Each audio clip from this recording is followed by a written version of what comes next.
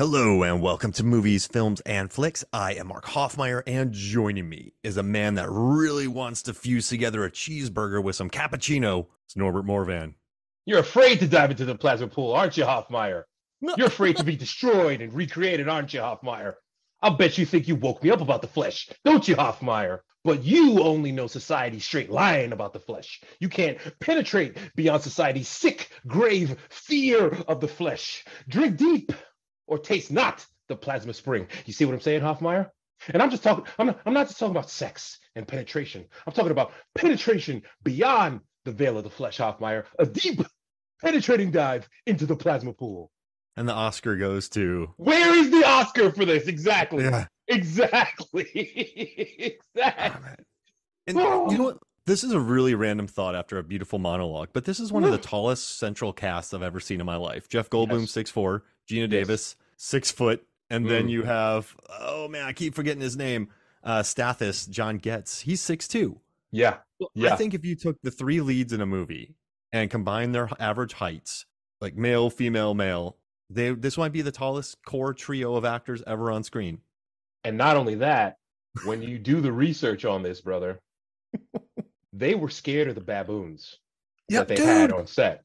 When it jumped into Goldblum's arm, listen, I'm sure well-trained, they're fine, but I've heard stories about baboons, man. Like that thing will take your eyes out. I was worried about Jeff Goldblum getting his eyes plucked. 100%, 100%. Working with the primates is always a dicey prospect because you can only train them so much. They're smart, and so the fact that everyone is huge, and not only is Goldblum 6'4", but Goldblum is 6'4" and just cut. 185-pound bug. Lean, a god among humans. So because of his massive size, the monkeys respected him.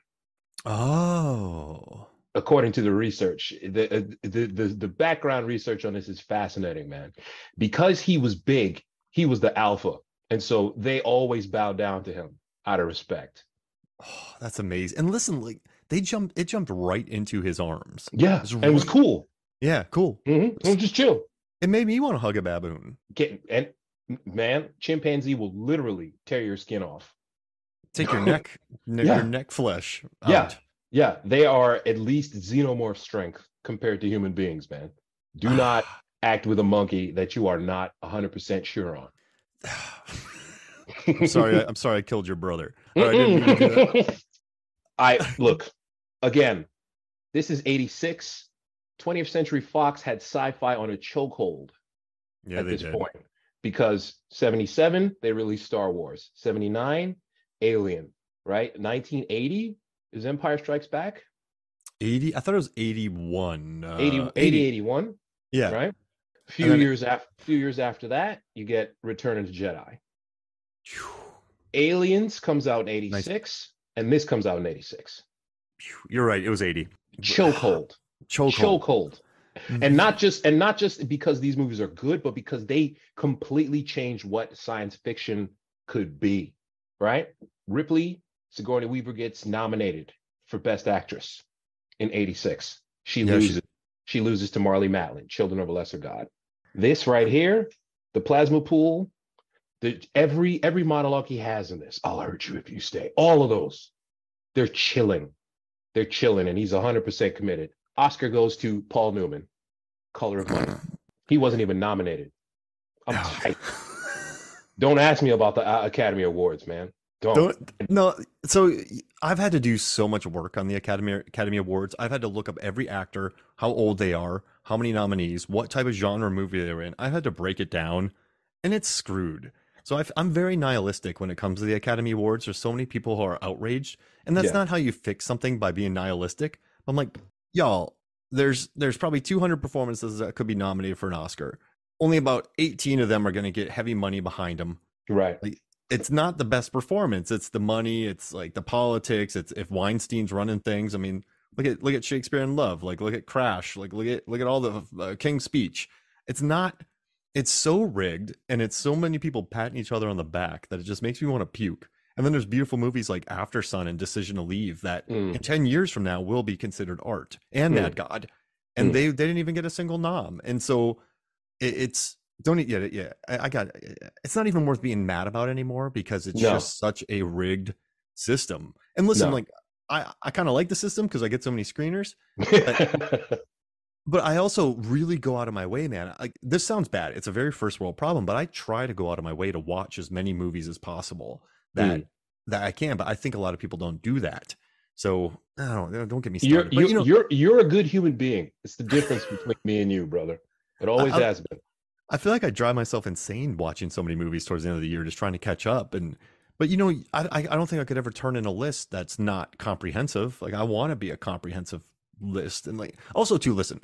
Brendan Fraser, not Fraser, puts a bunch of prosthetics on Oscar nomination. Daniel Day Lewis puts on Lincoln's nose, wins an Oscar.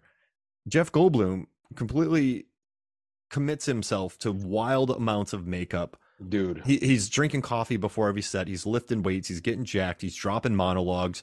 He's snapping arms. He's hugging baboon. He's hugging. He's hugging every. He's just drenched. Controlling baboons, bro. He's drenched in just gooey makeup. Yeah. He is he's pulling off the pus fingers, and he does, and don't get me started on horror too. I mean, horror. People listening to this podcast are probably sick of me saying this, but it's been making so much money for so many years for so many people all around the world.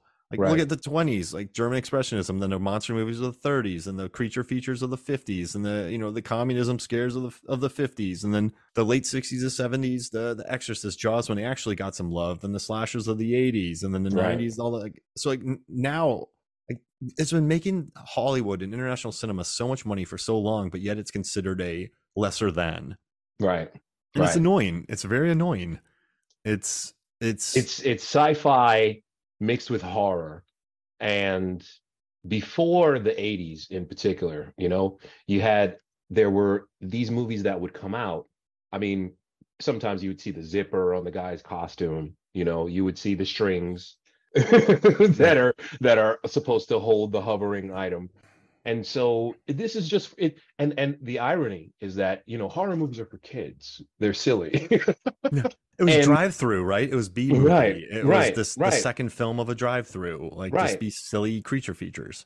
So this movie now, we get sci-fi with the telepods, check. We get horror with the body horror, check. And quite frankly, I'll put it out there. You can at me on this. This is one of the greatest romances in the history of film. They were married at the time, too. Yeah. They met on the set of Transylvania 65000, I think that movie was, which I've tried to watch that movie, and it's just not good. No. But it's not because of the cast. It's just not a good movie. But Geena Davis and Goldblum, they meet on the set of Transylvania 65000. They are in this movie, and at the time, Cronenberg was saying, you're a couple. Maybe we shouldn't do that. But chemistry, bro. She's like, you're so cute. I just want to eat you. And I believe it. And you believe it. You look at her face. She's like, I've been into Goldblum for like 20 years at this point, Man. She's just like, they're so into each other, the romance that they have. The one thing about this movie is there's kind of this odd love triangle, which whenever I watch this movie, like Stathis never quite works for me. I don't think it's a problem with John Getz, but he's like, I'm keeping your key, and he basically blackmails her, and he is a horrifying man. And when he gets his foot and leg, when he gets his foot and hand gooed off, dissolved, yes, with vomit drop, you're kind of like, all right. But then he starts walking on the shotgun, and then he tries to help out, and then he's like there. But it's this odd triangle. And I guess, did you know on the behind the scenes docs, Jeff Goldblum was so into character, he would show up on set just to make sure that Geena Davis and John Getz weren't flirting. That's awesome. And Carpenter actually kicked him out of set one day. He's like, just listen, man, get out of here. Like, stop. Also, that is his wife, not for nothing. And yeah, he's like, look, you better stay away. Right. I can't do a good Goldblum. It's hard. I mean, I guess, yeah, or I will get the baboons to eat you because I am their alpha. I am the alpha now. And it's just so funny how in character he was on this. Yeah. And I think this is the rare case, though, of I think sometimes you get classic horror, right? Ridley Scott. is a man who's an artist. He was legit. He and Tony Scott were artists. They love their art, and so when That's he right. made Alien, he got Geiger. Like when they didn't just go, "Hey, get me Hank special effects." Like they're like, Right. get me Geiger." When Cameron comes out, he had Terminator, then he made Aliens, and he just turned it into this Vietnam-esque film with a badass female lead batting a badass female alien Right. with names of characters that you can actually remember. And I think Fly stands along those with Cronenberg because he wasn't a spring chicken at this time. He had made Crimes of Right. the Future, Shivers, Rabid, The Brood, Fast Company, Scanners, Videodrome, The Dead Zone, and then The Dead Zone. So he had Yes. made it's like Shivers, Rabid, Brood, Fast Company, Scanners. These are all movies that are like in the 80s on Rotten Tomatoes, are all highly rated on IMDb. You Right. have you have a fully committed Jeff Goldblum. You have Mensa, intelligent Gina Davis, who Yeah. can drop dialogue. Like I love listening to her insult people. Like she is the She's best cinematic insulter on the wonderful. planet. And Wonderful. I think it's just a case of just a lot of talented people. You get Chris Wallace and his makeup, and then just Cronenberg wanting to get everything in camera. And these, this one of the smartest things is when Chris Wallace was talking about doing this, he told Cronenberg, "I'll do this movie, but casting has to be number one. Has to be." And so he told Cronenberg he wanted someone with a really tiny head to make makeup easier. But then they cast Jeff Goldblum, and he's like, he's perfect. He was so committed. And so you cast this really interesting actor. You cast this wildly intelligent Gina Davis, and then you have Cronenberg, who's on fire and the best practical effects on the planet, and you get The Fly. This isn't an accident. This isn't a fluke. No, not this at is all. a plus science fiction body horror film. That's it. That's it. And at the time, Goldblum, I mean, the big chill, he was in that.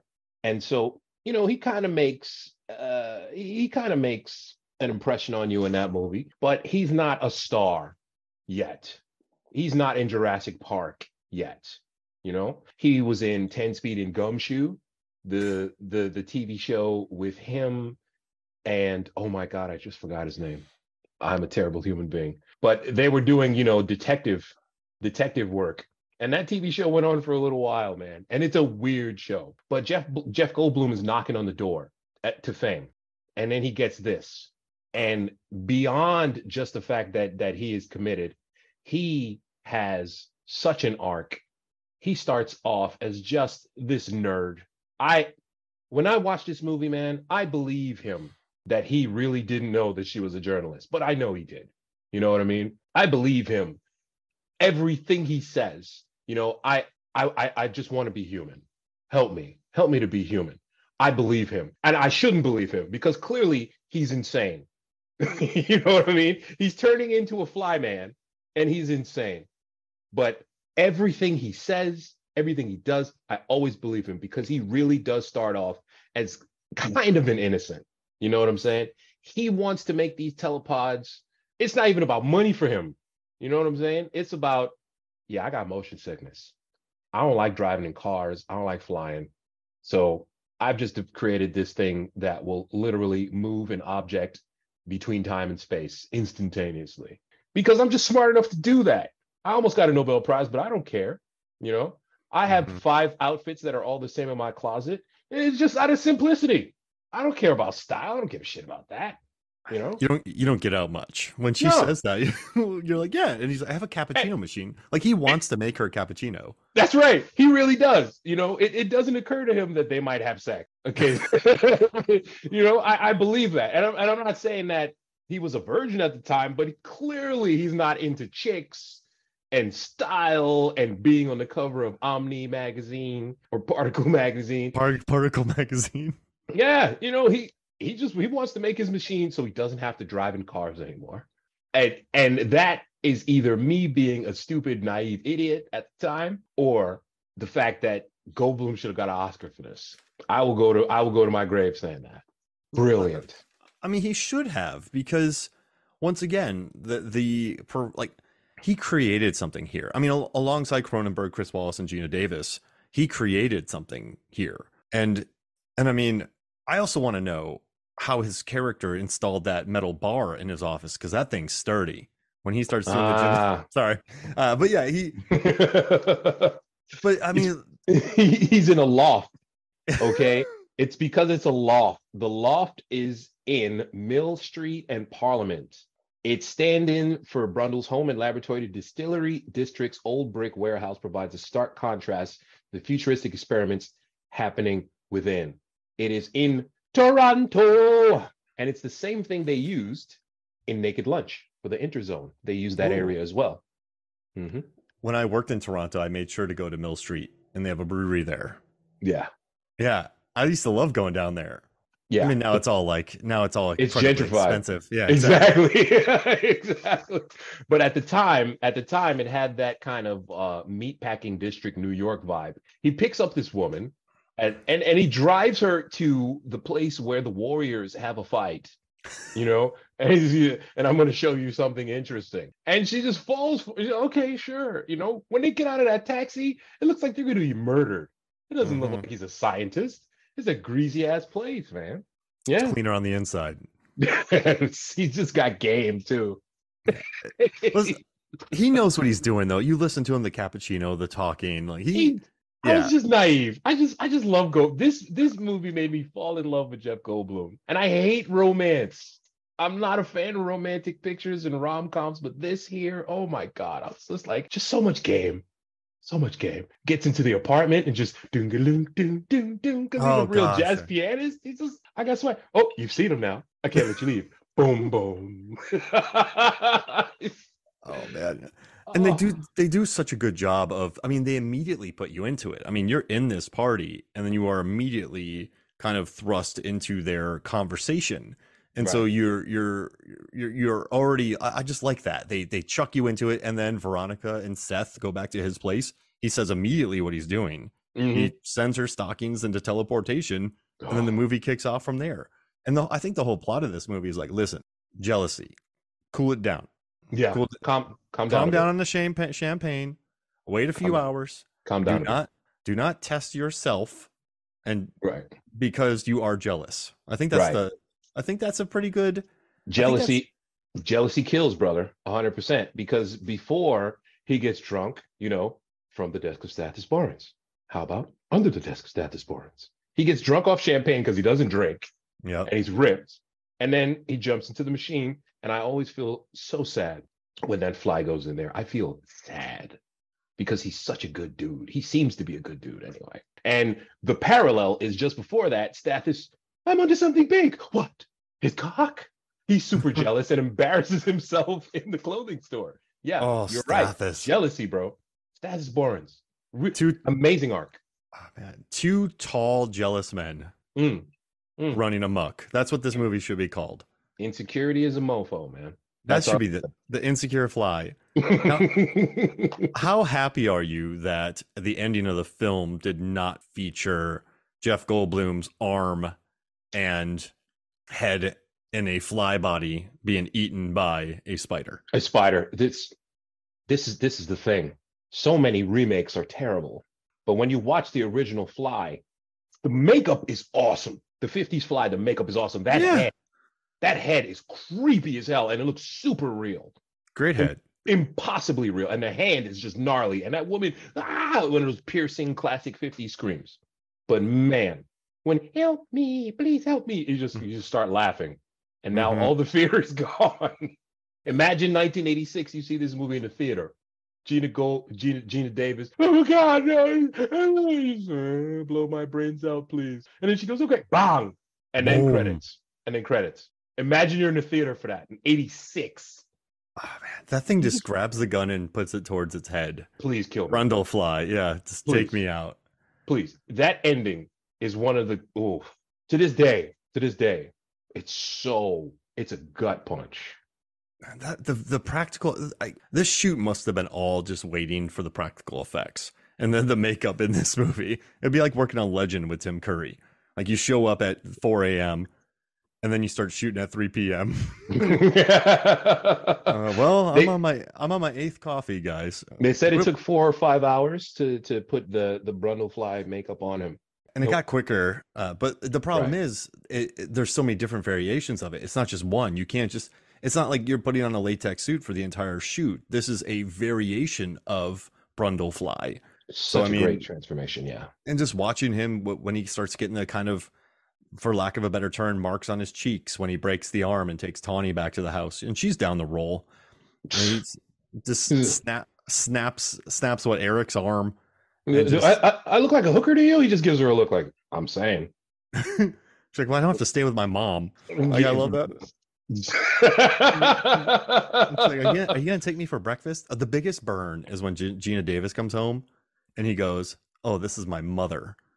Dude, I forgot to tell you, I live with my mother too. Tawny, me and my mother, just brutal. And I like how Tawny doesn't play either. Tawny's like, get out. She didn't put on her clothes. She just leaves. She's like, I'm out of here. This dude's no good. Tawny is not a hooker, but Tawny is free. Let's just say she's free. She just sees where the night takes her, I think. And then when things get a little too real, she's like, I'm out of here. She's feeling good about Marky tonight. and that's it. I'm going home with Marky. And Marky, that guy, apparently fought in the ring with Muhammad Ali and never got knocked down. He's a Canadian pro boxer. Oh, so no wonder that made it a lot tougher, because you knew who that guy was. He's a Canadian pro boxer.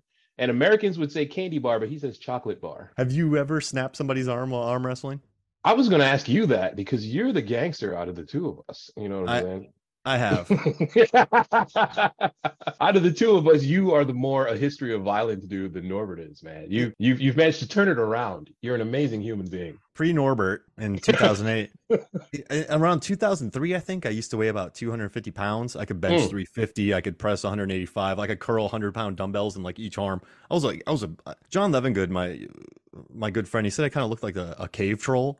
I believe it, man. With his beard and just the frown. And like, can I get into this bar? And he just snap his hand. He's next.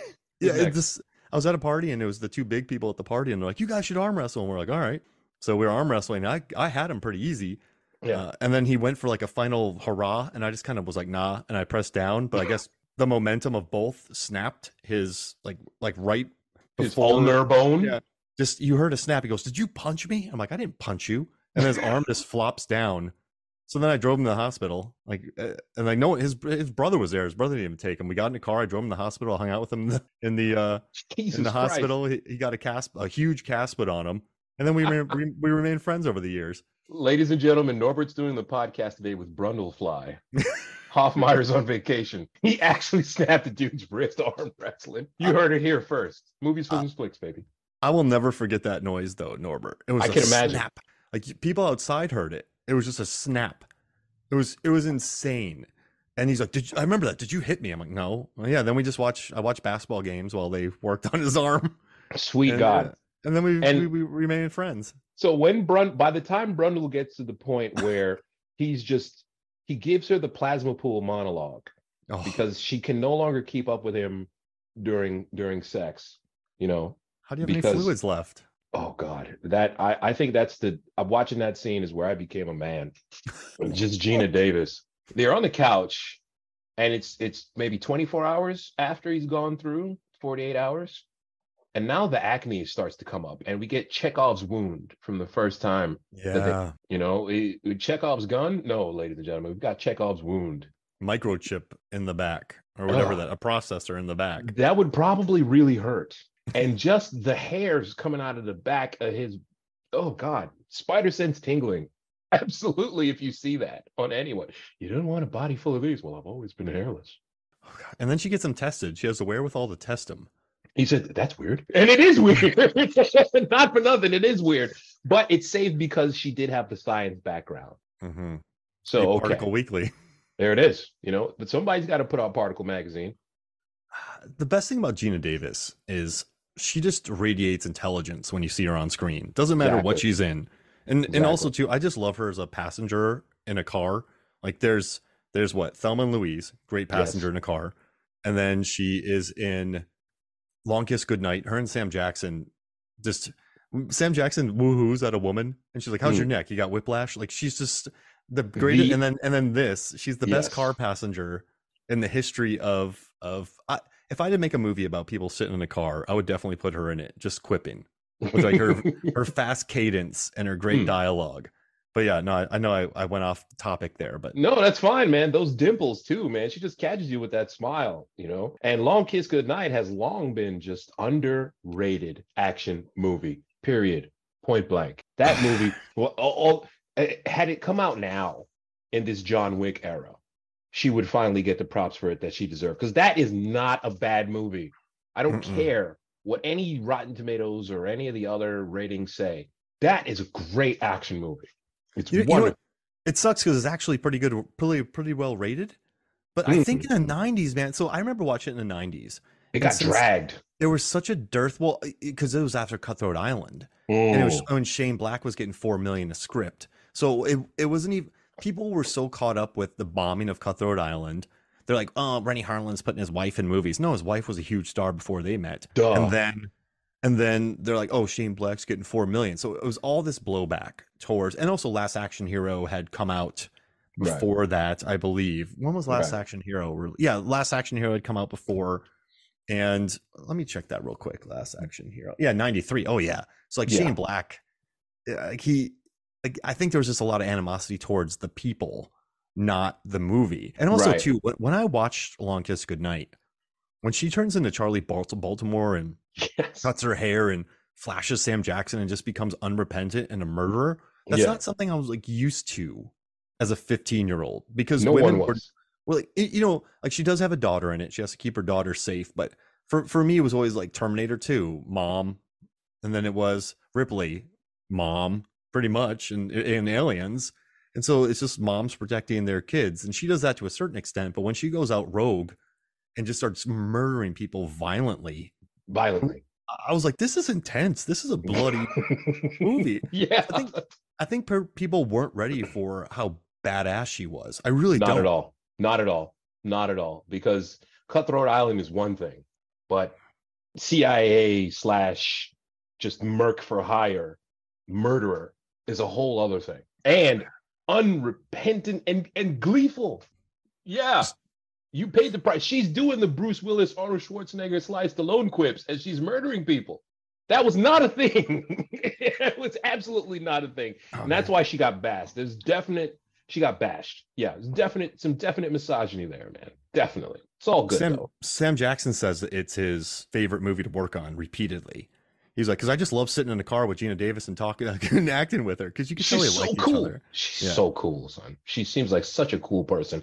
And that is why the romance in this movie, you feel it, man, because she really does fall in love with this nerd. And then she just sees him slowly change into he starts to get hyper, do you like coffee with your sugar? That's when you start to see, Oh yeah. things start to fall off the rails. They've got a real banter going back and forth between them. She's definitely hurt when he breaks up with her, but she still tries to help him because she knows the dude that he was. And it's to the credit of Goldblum's performance that there is just nuance. He doesn't just go from 0 to 100. He goes through the machine and then he comes out and then he just becomes a gold medal gymnast. This kind of turns her on. Yeah. She's just giving him this look of, yeah, okay, we're about to do it after this because I'm ready. And You listen, know? he's 6'4" doing that and Yeah, 185 pounds. He's not 5'2", a not buck at all. 40. Not at all. This is He's lean. this is a giant man swinging on a Dude, he does a dude. superhero pose after he comes off the pole and just stands there. Oh, it's just a vibe. Oof. What if his body, like, okay, what if his body sort of fused with a really chill fly? I don't think there's such a thing, man, because insect politics, you know what I I, mean? Insect politics means that you cannot be a chill fly, yeah, We they're cannot trust the programmed, insect.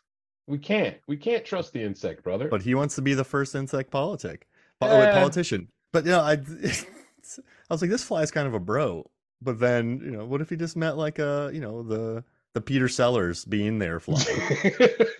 and one of the reasons why too, you can't for me anyway. For me, I'm always confused. Is he really being evil? Because he's still got the weird sense of humor as he's just deformed and devolving into this creature. The life and times of Brundlefly, at the very least, will make a fabulous children's book. And then he proceeds to vomit on a pack of donuts and suck it back up. He's making jokes the whole time. but they're it's what is it? Whistling past the graveyard? Is that the boomer phrase? Because that's what it is. He knows he's doomed, Yeah. Yeah. but he's rolling with it, and He's it's like and it's the yeah. Nacho Go ahead. Museum the Nacho Museum of Oh God, Brundlefly. oh God, Natural oh History God, Museum. dude. There's an ear in there. Yeah. There is a penis, and then there are teeth, and then there are just chunks. And I'm just, oh God, son, the practical effects in this movie alone. Okay, good God. Yeah, before I horribly interrupted you, I do really like what you said though, is he is joking about this. Like he knows he's doomed. Yeah, And he just knows, but I think he's such a good dude. He doesn't just fall into a pit of wallowing sadness. yeah. Like, he just sort of stays who he is, but fused with a fly. It's a disease with a Yeah. purpose. A disease with a purpose. He's like, this might not be that bad when he's walking on the walls, but it's a roller coaster that you go through because at first he's super yoked and then he gets kind of, angry. Then he becomes Bro Goldblum.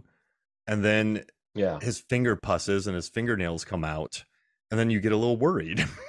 yeah, And then, yeah. then he becomes Old Man Fly Goldblum. But then he becomes Crawly Goldblum. But then he becomes actual like gross Brundlefly smashing through windows to prevent an abortion Brundlefly. Then he Oh becomes a fly. man, and how 2023 is that, man? Gina Davis, look, I want an abortion. I'll do it myself if Now, I have to. Like now, now, now. and This is happening. talk about that dream sequence. Oh my Oh, the gosh, maggot baby. That's Cronenberg too. he That's loves. Cronenberg, He said he didn't come up with it, but he's like, I didn't invent body horror. But you look through his movies, man. bro. Like Scanners, come on. Like Videodrome, come on. Like Listen, Rabid Brood. Like just watch his latest movie, man. Like Crimes of the Future. It's yeah, people just getting their limbs taken out and organs taken out and like or surgery is sex now. It's so and Crash. Whew. yeah, That yeah, dude, that dude. yeah. But do you really? I think everyone knows Cronenberg, right? But I don't think he's ever been fully pigeonholed because he'll bust out a history of violence. He'll bust out a Yes. Eastern Promises. He'll bust out a Dangerous Method. Then he'll do a Cosmopolis. Then he'll do a map to the stars. And then he'll bust out Crimes of the Future. He'll pop up in Jason X. He 100%. will direct Dead Ringers. And in the Dead Zone isn't exactly a body horror film. Fast Company's not even close.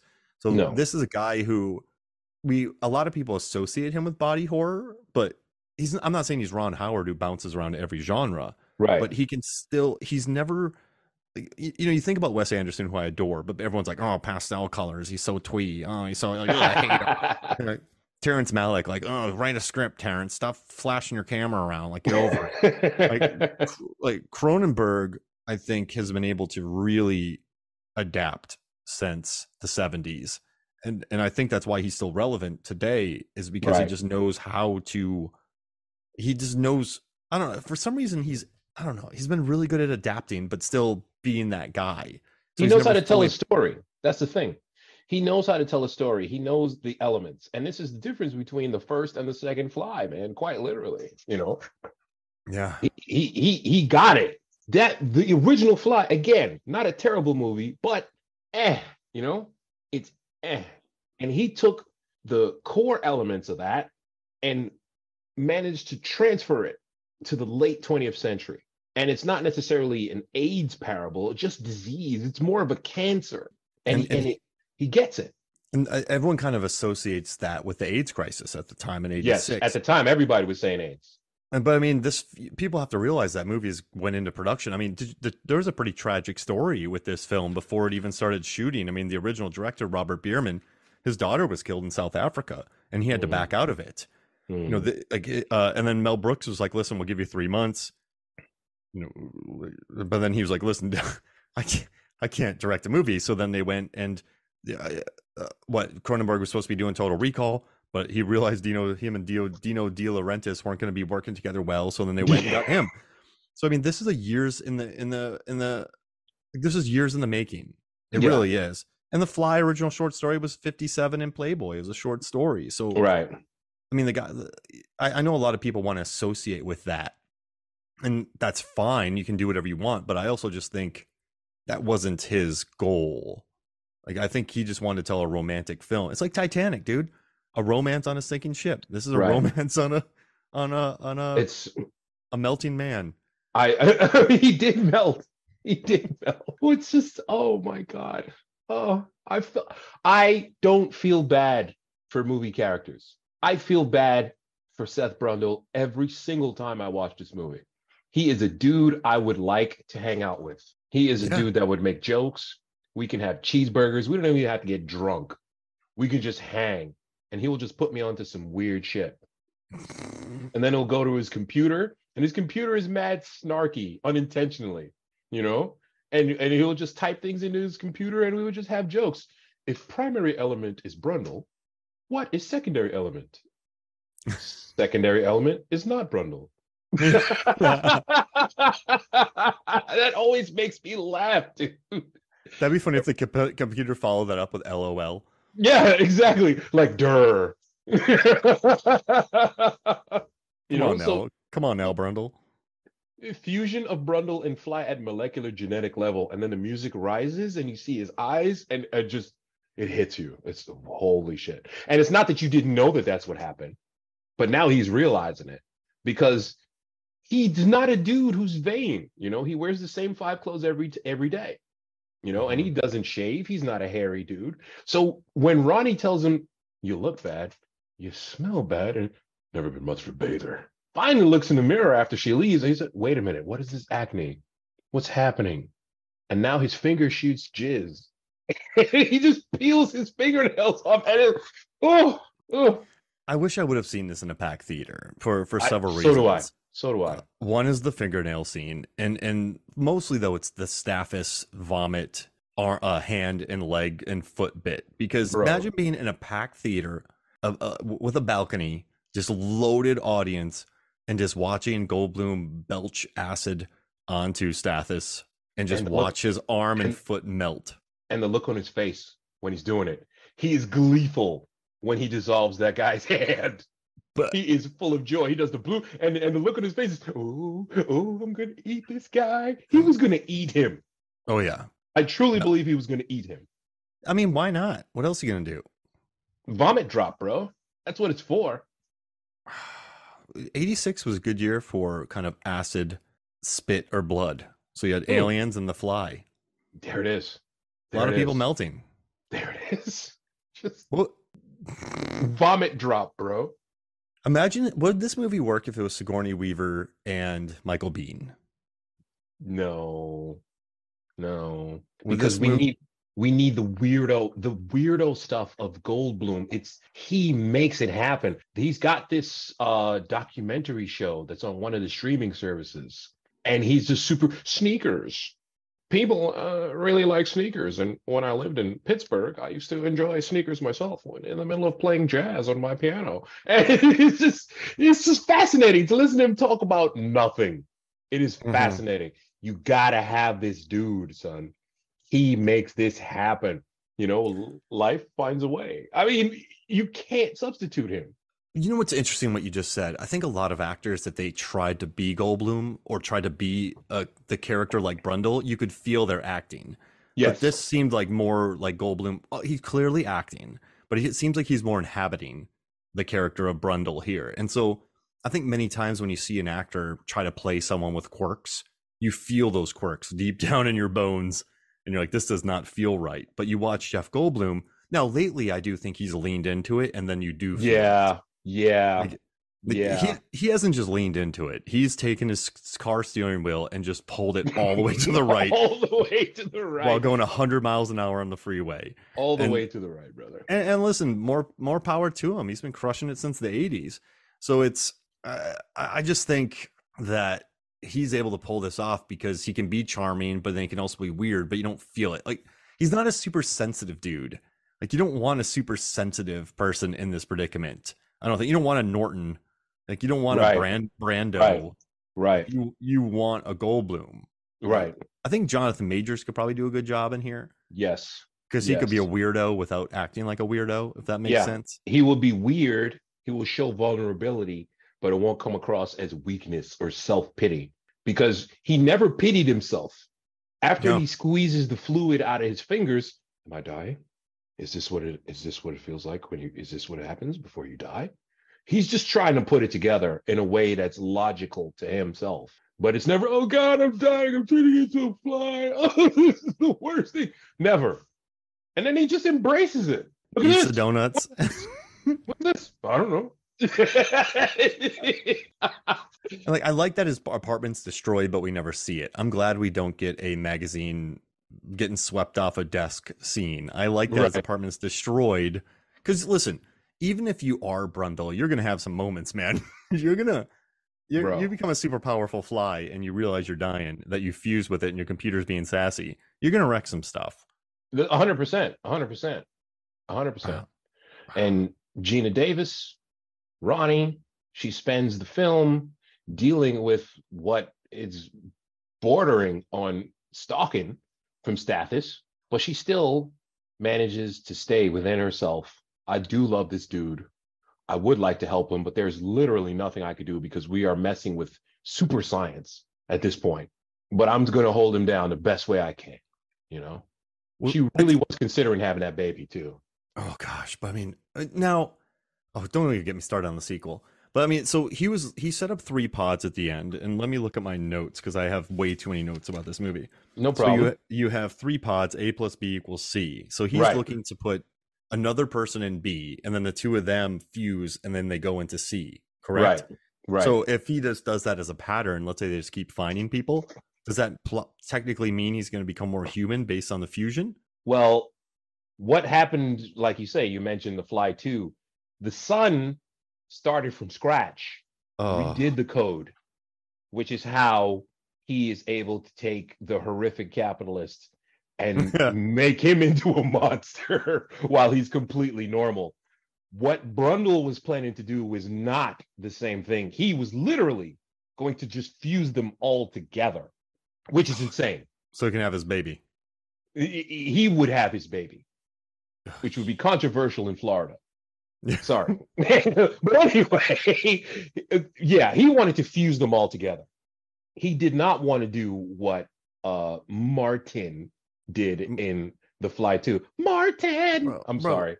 He's 5 in that movie, and he's having relations with Daphne Zuniga. And he's 5. We've broken laws. Yeah, we've broken laws. When he's 3 years old, he's 10. Yeah. So in this movie, he's probably 20. So let's say he's 6.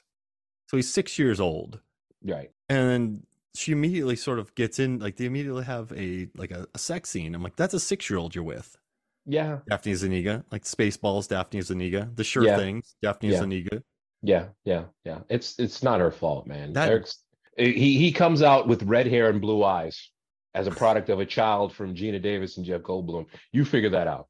Okay, it could be the Fly genes. I don't know what to tell you. Oh, man. And that poor dog, dude. That poor dog in The Fly 2. And this is why The Fly 2 will never be whacked to me, because that dog scene is just, it centers him really. Yeah, he's an oddball, he's a weirdo, but man, everybody loves a dog, and they brutalize that dog, bro.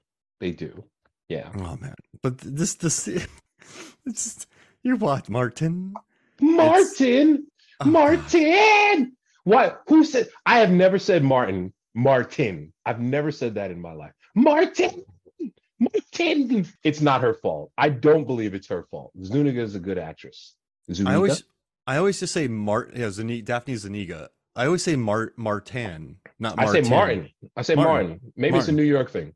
I say Martin. Yo, Martin. You know? Same thing with Martin Lawrence. Martin Lawrence. We don't say Martin Lawrence. Say Martin Lawrence. Howdy, Martin. That's how you say it. You don't say Martin. She said it once. Martin. She said it once that way. It's like Norbert. Right? Marku. I'm doing Korean on you. Marku. Oh. But yeah. I mean, and also too, I just want to talk about horror remakes in general. I've done a lot of work on horror remakes with like Rotten Tomatoes and other sites, and watched a lot of them and analyzed remakes. But this is the one that works. One of them that I think a lot of remakes work, but this one works. Like, this is an A+ remake because it acts as a companion piece to the original 1950s Fly. So right. It does not retell that. This isn't Psycho doing a shot for shot remake. Right. This is not a Texas Chainsaw Massacre 2003, 2004 that is a Texas Chainsaw Massacre with less violence. and Right. and glossier HD screens and just Jessica Biel running around. Like Right. it takes a horrifying psychological film and just makes it into like a teeny bopper fright that I fell asleep in a theater during. But Yeah. this was what this one does is it's a companion piece. And I also think The Fly was there's enough there to remake. Like it's like Fright Night, how they were able to remake That that and was make it work with such a Colin good remake, Farrell and bro. Toni Collette. Such a good Just remake. the acting bench, dude. Toni Collette, Colin Farrell, Imogen Poots, who I think is amazing. I think she's great. She Anton is. Yelchin. Imogen Poots has chemistry with you. You put her on screen with anybody, and Yeah. you're like, I like this couple. Yeah. I think Yeah. she just puts them on her back and carries them. And then you 100%. have David Tennant. I didn't even know about Doctor Who when I watched that movie. Neither did I. Neither And did I. I was like, I like this guy. Like, I even liked his So good. the lady that was with him, like the real sassy lady that swore at him a lot. Like, I Yeah. liked, and even MacGruber, not MacGruber, Christopher Mintz-Plasse. What was his name in Superbad? McLovin. Yeah, McLovin. Yeah, like I even liked him. I do like MacGruber, by the way. Some good old Val Kilmer. It's an odd movie, man. Yeah. Just that sex scene. Like it's such a It's so cringe. Oh god, I feel unclean every time I see that. it's such a great messing with tropes, like just him being subverting tropes, but right, he's the worst. Yeah, but I just think The Fly works though because they took it seriously and they even The Thing 1982 is a it's not really a remake because The Thing from Another Planet is based on a book. It's more of another adaptation. Yes, but I think there are ways to remake a film, and this is one of the ways that you should look at. Just new story, new elements. They adapted it for the ages.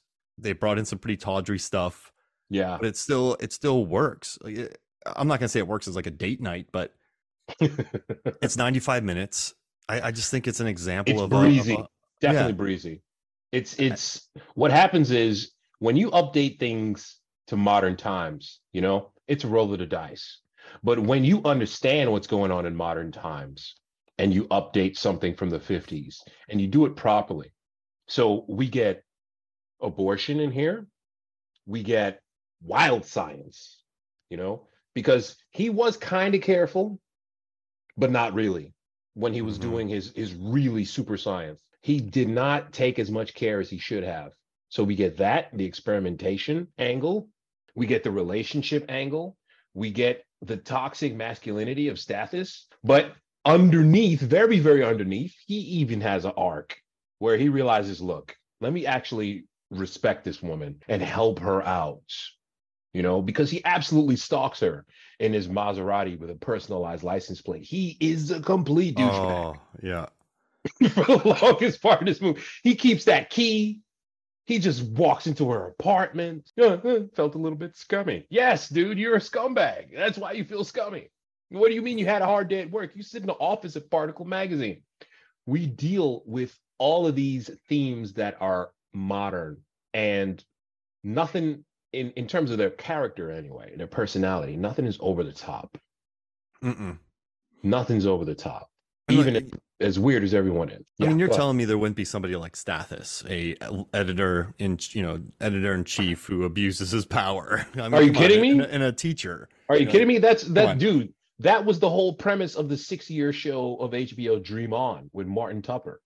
He gets divorced from Judith. He's got the son Jeremy, and he spends the entire series just hooking up with every woman that he can find. He's Stathis exists. Yeah. And these are archetypes of real people. That's why the movie hits. That's why this movie should have gotten some kind of Oscar. They managed to give Aliens the Oscar for sound design, which is, thanks for existing. The same way they gave one of Spike Lee's movies an Oscar for adapted screenplay. The year Do the Right Thing should have won. It didn't win. Don't get me started. Yeah. Like Driving Miss Daisy won that year or something. Just, yeah. And I wanted to figure this out, and I think I told you this, but Denzel Washington lost to Al Pacino Malcolm X. We talked about this. Son of a Woman. We talked about this. It was a lifetime achievement for Pacino because at that time I think it was his 7th nomination, 5th nomination without winning. So I think finally they were just kind of like, okay, let's just Like I know Denzel turned an all timer, but let's just give this guy an award because nothing for Dog Day Afternoon, nothing for Godfather, nothing Dog for Day Afternoon is brilliant. right. Dog Day Afternoon is dealing with themes that we're dealing with today. Yeah, That is I an mean, look amazing what he's movie. trying to raise money for, Yeah, so I really think I'm not saying it's right, but I really believe it was a lifetime achievement award that they just gave to him it that was. night It at was. the expense. We talked about this, man. Yeah, we had to. I say it before and I'll say it again. Watch a video of Malcolm X on YouTube, then watch a video of Denzel being Malcolm X on YouTube. They're the same guy. Yeah. It's terrifying. It's amazing. He gets his cadence, his delivery, the motion. Don't look, man. Make me break my computer. He should have just yelled "hoo-ah" during some scenes. Yeah. and Scent of a Woman's not a bad movie. And he Don't get it carries it. twisted. Yeah. He does. And it's Academy friendly. And Exactly. and Someone with a physical disability for the 80s and 90s, if you played a character with a physical disability, you were going to get nominated at the very least. like Tom Hanks, Forrest Gump, and Philadelphia. Children of a Lesser God. The Pianist one and what Adrian Brody. Well, he didn't have a malady, but he got really skinny. So like, are you method acting? All right, cool. Here's the Oscar. Yeah, right. So right. You tried really hard. The one thing I do like about The Fly too is that like I don't think movies like listen, remake everything. I can't stop anything. Hollywood has been recycling everything since day one. Forever. But when it comes to remaking movies like the Texas Chainsaw Massacre or movies like I Spit on Your Grave, movies that were shot for next to nothing with young crews that drove themselves insane and managed to find let's see, lightning in a bottle with their products. But these movies are very unhealthy. I remember watching both of them and just being like, yeah. Like this happens because of grindhouse theaters, because of exploitation cinema. Yeah. But then when you remake them with a $10 million budget or a $15 million budget and you make it R-rated and you leave all the psychological and don't go as hardcore, then it's just a insulting, almost worse example of filmmaking because you're taking an all-time dirty, gross, horrifying film and you're just putting WB actors in it, right, and you're right. And you're like, so I don't like those remakes. But if you're gonna remake something like The Thing, or if you're gonna remake a Godzilla movie, or like the source material isn't so grounded in absolutely horrifying events. So for me, that's what makes some of the best remakes are movies that don't have to live up to meeting the standards of an incredibly gnarly film. Like you can't remake I Saw the Devil. Like if an American tries to remake I Saw the Devil, the Korean horror action thriller revenge film, it's not going to hit as hard and it's not going to go as dark. No. So why even do it? Well, the Train to Busan remake, it terrifies me. And not because it's going to be scary. People don't remember how many people die in Train to Busan. You know how many people die? Everyone dies. Yeah. Everybody dies. Spoiler alert, kids. Yeah. Everybody dies. Yeah. Like, it's a movie that's so mean. It has people going down an escalator and then zombies start chasing them. And then they have to run up a down escalator. It's right. The dad dies. Like there's real pathos. Yeah. And I'm trying to see the American remake experience the pathos and the depth of the character work that they did to make you feel these people. And I don't see it at all, because even the cash grab of the sequel to Train to Busan that they made in Korea, that's not a good movie at all. No, it's bad. It's not a good movie at all. The French should remake Train to Busan because they hit hard. Think of their new wave horror and then think of their ultra horror like Martyrs and all that. And recently with Raw and Titan and Revenge, like let one of the badass female French horror directors remake some Train to ennui Busan. in there, man. Yeah, there's some real ennui in there. Give me that. Like let's have the cast of Titan remake Train to Busan. That'll punch you. And my whole thing is with a remake of Train to Busan in America, what train? What train? What possible train could you use? There is no train. What, are you going to put them on an Amtrak Acela? It's a 2-hour ride. It's an hour ride, hour and a half. The Train to Busan from Seoul to Busan, that's a solid 3 hours, man. That's a great trip too. I've It's done that. comfy. Oh, we all have. It's comfy. It is clean. You can get booze. You can watch TV. You can charge your phone. There is Mhm. a silence car.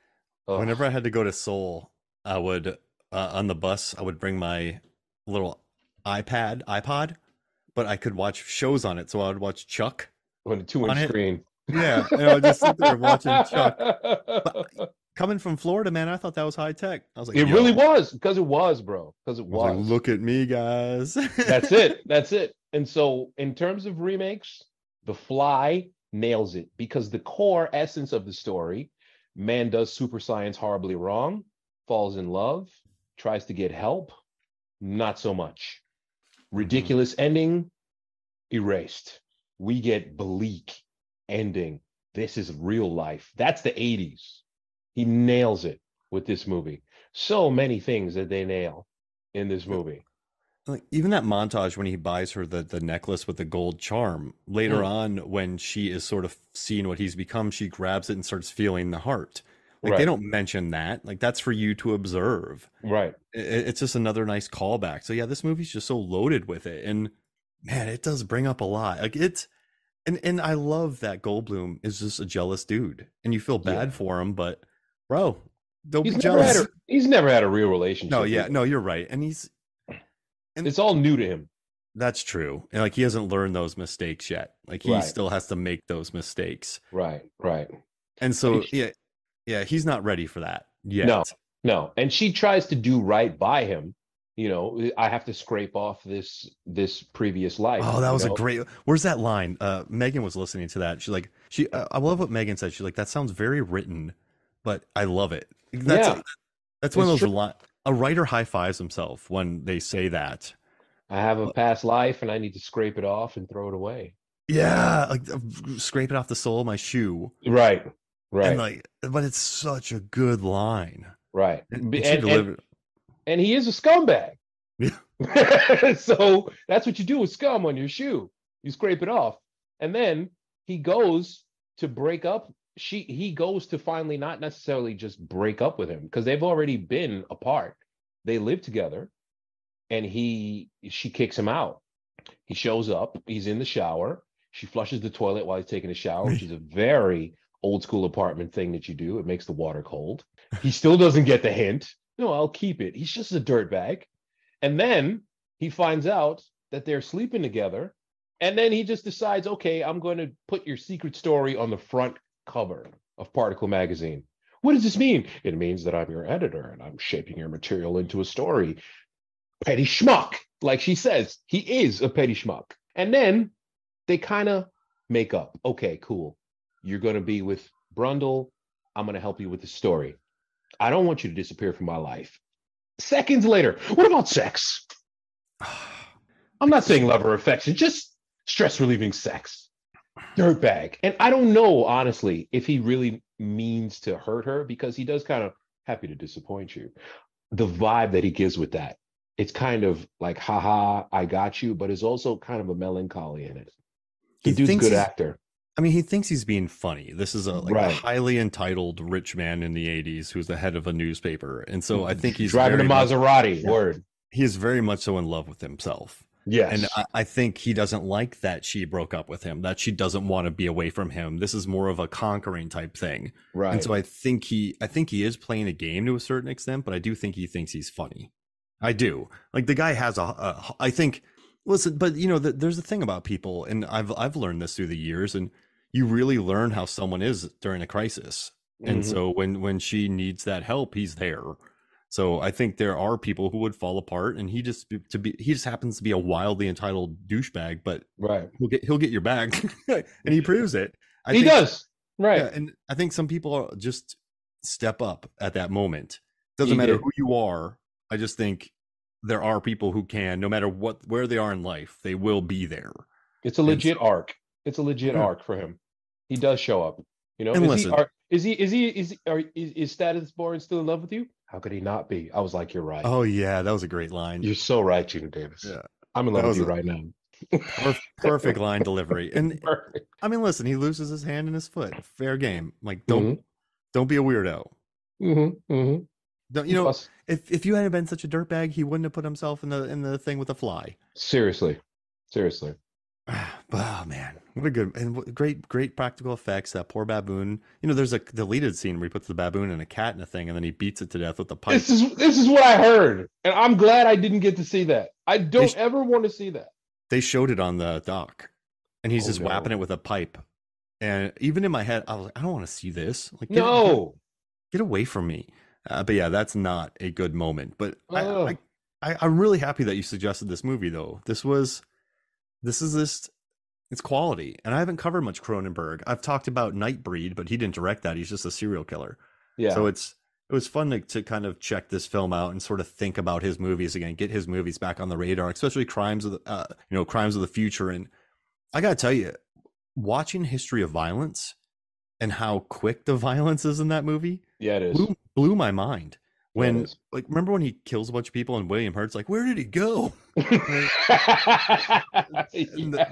the diner scene and just watching that moment and how quick he is, that blew my mind. And then Crash. I got the Criterion. Yeah, of course I have the Criterion because I'm pretentious, but I got it sitting here looking right at me, and I just Listen, think Cronenberg is up there with Spielberg and Scorsese. Period, point blank. You want to call him a genre director? That's fine. But clearly, there's evidence that he's not just body horror dude. Cronenberg has a vision. Cronenberg knows how to tell the story with a beginning, middle, and end. The Fly is his greatest movie, in my opinion.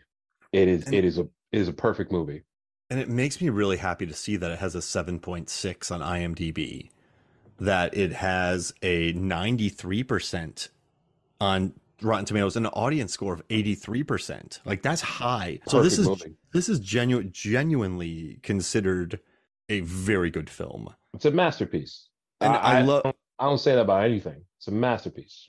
and the years have been kind to it, and there's no reappraisal of it. There's no one going, No, wait a second, all the themes. No, everyone's like, no, this is not a movie that will be looked at 20 years from now and be like, well, it has these themes. No, no, no, this is a very good movie. no. And I think he understood what makes things timeless, and that's why it's a timeless movie. There it is. There it is. And thank you for Vincent Price and them for Yeah. making the original so that somebody could make this vastly superior remake. It's vastly superior. I Like do love not even Vincent close. Price's voice though, man. Oh my Yeah, you gosh. have to. You have to. I can't do a Vincent Price impression or else I would. Oh gosh, I love it. So how about this? Let's do something. Let's do a quick horror remake draft. All right. And we'll draft remakes of horror films. Okay. And so I'll let you go first. All right. The first one I'm going with, it's going to be a shocker. The Fly? Nightmare on Elm Street. Oh. The Nightmare on Elm Street remake with Jackie Earl Haley is very underrated to me because the first one, that was the original by Wes Craven, it's kind of weird. And Freddy Krueger is a bad guy.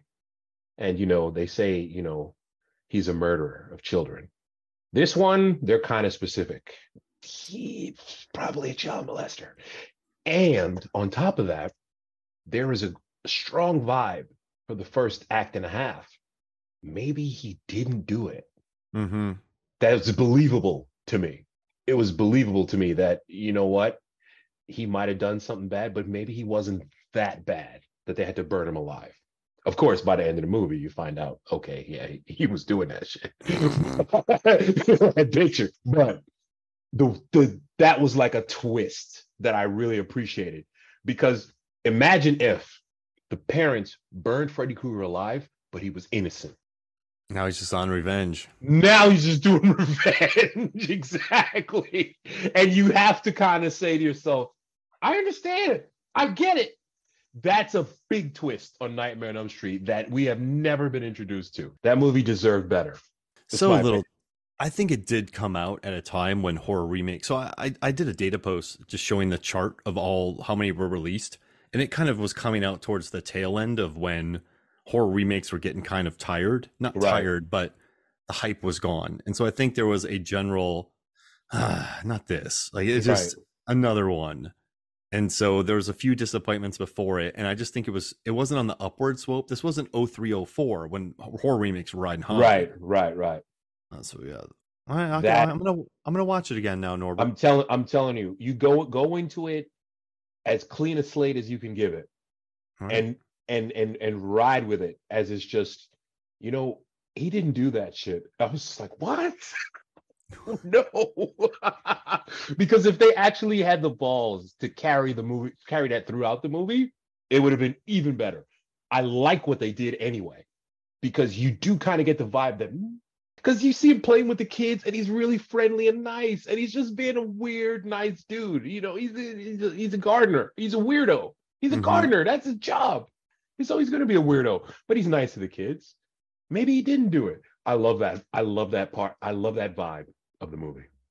All right, I love it. I'm not gonna go big on mine, but I'm gonna go with the Crazies, the remake by Brett Eisner. That was a great remake, man. When you hire Radha Mitchell and Timothy Oliphant to headline your movie, and then you go to Iowa to shoot, and you have the wide open, I have a lot of family out there, and they captured the wide open expanses, and it's a beautiful looking movie. The guy who shot it, I think his name's Maxime Alexander. He's Alejandra Aja's guy, and I think he just shot the daylights out of it, and it looks wonderful. And you have two excellent actors. That house that they burned down was an actual haunted house that no one wanted to go into, and they were given permission to burn it down. Nice. Everybody's like, look, get rid of this thing. We'll give you Yeah, all the money you want. Just please burn this house down. that's exactly what happened. And the That's framing of great. the shot, and listen, I just think you hire two pros, and it's just a good movie. It's a very good movie, and I love. You should listen to the episode. Megan and I recorded one about it because Will we love do. that movie. So yeah, the Crazies is my first pick. What's your second? Oh man, we're keeping Goldblum in our hearts. Body Snatchers, 1978. Abel Not a Ferrara? no. Abel Ferrara Body Snatchers will be my next one. That's like 1990 something or Uh 1990. Body Snatchers, 1978. Goldblum, Veronica oh, Cartwright, the wife of Adrian Sutherland. Monk, Sutherland. Sutherland. Sorry. Yes, The face that Nimoy, rest in power. Nimoy. This Body Snatchers serves not only as a remake, but the way that they get Kevin McCarthy in it, it kind of feels like a continuation of the original because he absolutely does run, oh, you're next, and gets hit by a car Mm. in this one.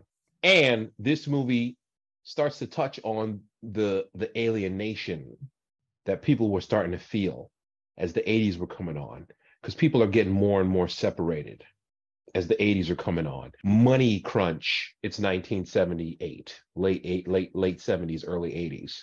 So they're in San Francisco. San Francisco looks wonderful. You know, you got Dr. Bennell. He's a cool cat. He picks up pieces of rat poo with the tweezers, you know, and he's Donald Sutherland, you know, for Christ's sake. He's a swinger. But man, Oh god. Body Snatchers are coming. And then they do Amazing Grace with the what's that Scottish instrument? Bagpipe? Thank you. Bagpipe Amazing Grace is the most chilling thing I've ever heard in my life. Man, who is it? Is it Flogging Molly or Dropkick Murphys? They do a great Amazing Grace on bagpipe, and it sounds amazing. I It is love it. haunting. Body Snatcher 78, bro. I love it. That's me. So I'm gonna take Piranha 3D, even though it's called on everywhere they call it a remake. So I'm just gonna take it. I'm gonna run with it if that's all right with you. Go for it. Because I love Alejandra Aja's dedication to making the slimiest movie ever made. And it's have you seen it, Norbert? What's the movie again? Piranha 3D? Have you watched I have Piranha not. 3D? I have All right, not. you need to watch it. I got to get it in there. Okay. Like it is one of the most gratuitous, over the top, like gory, gnarly, unrepentant movies. But it's the rare one of those that critics and audiences liked. So you look at the critical score of it, it's in the high 70s, but it's gnarly. But I think Alejandra Aja knows that. And so I think when you're able to make a movie that's turned to 11, but you know you're making it turn to 11, just watch it. Trust me. It's really good, Piranha 3D. It's gnarly. And it My features pro- yeah. my problem is that it's piranhas, which I have no reason to fear because they're in a very small part of the earth. So I agree with you. I will watch this movie, but at the same time, why the hell am I scared of piranhas? So here's the thing. There's a spring breaking party and they discover a cave underneath it. and they open up the cave, and all the piranhas, which have been eating each other, come Right. out and attack. So As it's they it's do. it's a lake in the middle of Arizona, probably. So you would be safe normally, but then you just get slaughtered. I mean, again, now we have a lake. I don't swim in those amoebas. And then we have Arizona. I'm not going to Arizona. You're not a But Phoenix ride me. guy. No, no. Phoenix Suns, okay, but I can watch them on TV. I don't have to go. Just do it for me. Just Yes, watch sir. it. Yes, sir. All right. I love it. All right. What's your third pick? My third pick, second remake of Body Snatchers, 1993, Abel Ferrara, Body Snatchers. Because this movie is haunting and dark. You know our boy Abel Ferrara is not right in the head. No. He's not. Miss He's not. He makes these movies that just, good God, they just take wild turns into darkness. And then he takes the plot of Body Snatchers and now he puts it exactly where it belongs, on a military base where everybody is already doing the same thing as a unit, as a hive mind, because that's the military. But now he puts the Body Snatchers on top of that. We got Forrest Whitaker. We got Meg Tilly doing the scream. Oh, man. And also poor Andy Malone. That's the only spoiler I'll give. Poor Andy Oh, Malone. It's I such a love it. good movie. So good. Such a good movie. And I'm glad you watched Miss 45 based on my recommendation. That made me happy. Yes, that movie. Good God. My What God. what a movie. I love it. Something is wrong with Abel Ferrara, bro. But I, it's a good movie though. The fact that she never talks and guys don't care because they're just idiot. Like it's so right, devious and funny. right, I right. love it. I've talked about it a lot tonight, so I'm just gonna do it Fright Night. I think it's a It's a wonderful great, movie. I saw it's, it at a drive-in theater, and I absolutely adore the film. I think it works on a lot of levels. And I it's mean, a listen, it's fantastic Vegas. remake. A lot of people come and go because it's Mhm, nightlife. Like they really mhm. do a good job of doing it, and everyone enjoys it. And you know, just likable cast. So I'm doing that Fright Night. And That's my Farrell nails it. yeah. Good He apple eating. nails it. He nails it. Yes, the apple eating. I'm going Blob 1988 because the Blob is another one. The original movie, kind of stupid, kind of ridiculous. They're doing the best they can with 50 special effects. The Blob 88, that thing is scary. It is scary. Used to come on all the time on WPIX Channel 11. And it is a scary movie, bro. That is an angry bacteria. The sink scene in The Blob. Yes. Oh my gosh. I adore that moment. So I'm gonna do something stupid here. I'm gonna take Friday the 13th, 2009, Not because bad. it's so violent and has so much gratuity that Yes. Michael Bay complained about it. Michael Bay's like, there's too much sex. Like when Michael Bay says there's too much sex in a movie, like you know that Jason in that movie is a weed farmer, Yes. and he just Yes. kills people because they mess with his weed. Listen, have you ever smoked weed? I'd kill you too. But After though.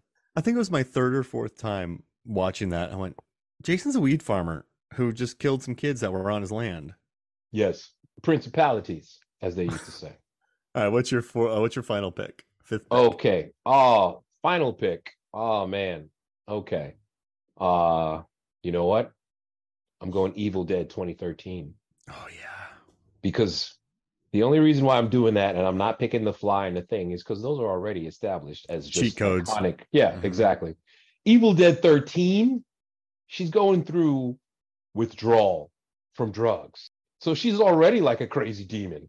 And she just actually gets a real demon in her. That was the twist is that person coming off drug addiction is now also infected with a demon. Check, please. I'll take that. That blood Absolutely. rain at the end, it's just such a Yeah. mean. Oh, Fantastic. that's a really great pick. All right, so then since I'm not gonna. I love Dawn of the Dead, but I'm gonna take the Werner Herzog directed Nosferatu 1979 because Ooh. I mean Klaus Kinski's in it. It's a Herzog directed film, and it really does sort of further the adventures of Nosferatu. But just watching that, like the makeup on it, the creation of it, like it's a gnarly remake.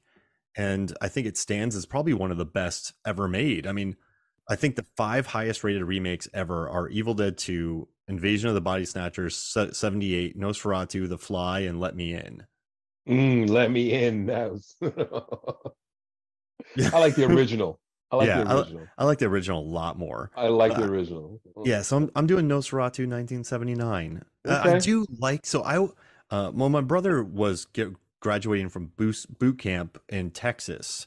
I don't know why, but I went and watched Dawn of the Dead at a theater. And I Mm. swear to you, man, there's like 1,000 people in there just yelling their heads off. And it was one of the best theatrical experiences I've had. Like, I think it's Zack Snyder's most enjoyable movie. It's his best movie. I'll Yeah. say it. I'll say Like, it. and they kind of went the Jeff Goldblum route and they got Sarah Polley as the lead star. Yes. Like She they, brought emotion and pathos to it. and that Jake Weber and Ving Rhames, like I almost had him twice on my list. But yeah, I dig it, but people love that movie. So picking it, nah. So I like it. You have Nightmare on Elm Street, Body Snatchers, Blob, Evil Dead. I have The Crazies, Piranha 3D, Fright Night, Friday the 13th, and Nosferatu.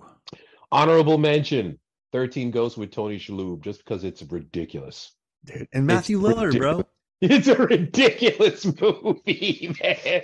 It's one of those movies. Get drunk and or high and just watch this movie. The soundtrack, the weird speed up slow mo. It's such a weird movie. And Shalhoub is totally committed. I just want my family to be. He's so into it. It's first. Oh man, and like I said again, Matthew Lilley, he does a good job in that movie. He crushes it. Scoob. Respect Shag. I mean Shaggy. Respect Shaggy. Hey, so Norbert, where can people find you? Norbert Morvan at Eddie Kane on Twitter. Norbert Morvan on SoundCloud. Enjoy yourselves. And you can hear his theme song on Con Air the podcast. And we talk about Scumbus in one of the episodes. Put the buddy down, man. That's all we ask. Well, this was lovely, man. Thank you so much for joining me. Thank you, brother. And final thought, Stathis goes to Brundle's apartment after Brundle finds out Gina Davis wants to have an abortion and kidnaps her. What does that apartment smell like? Okay. He's been in there for a month, molting organs and body parts. Flies have to poop. You take a hefty bag, a large one. You take a 30-gallon trash bag. You put in 18 dirty diapers. Mm-hmm. You put in 8 steaks. Oh, Jesus. You put a lot of just veggie and compost in there. Take a few, use the restroom in there a few times. And then I would say put some eggs in there. Sit it in the sun. And I would say that's about it. And sprinkle it with the tears of a clown. Yeah. There's no way that's the only thing that has always ever made me question, because I'm a weirdo, watching the movie.